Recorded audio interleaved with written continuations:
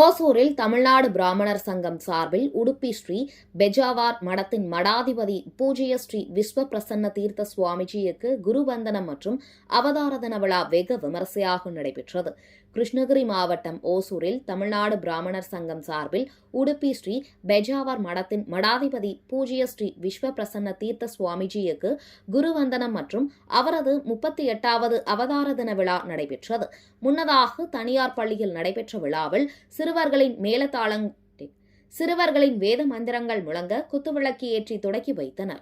அதனைத் தொடர்ந்து மடாதிபதி விஸ்வ பிரசன்ன தீர்த்த சுவாமிக்கு மலர் அபிஷேகம் செய்து வழிபாடு நடத்தப்பட்டதுடன் சமூக சேவையில் ஈடுபட்டவர்களுக்கு பொன்னாடை அணிவித்து சான்றிதழ் மற்றும் கேடயங்கள் வழங்கி கௌரவிக்கப்பட்டது.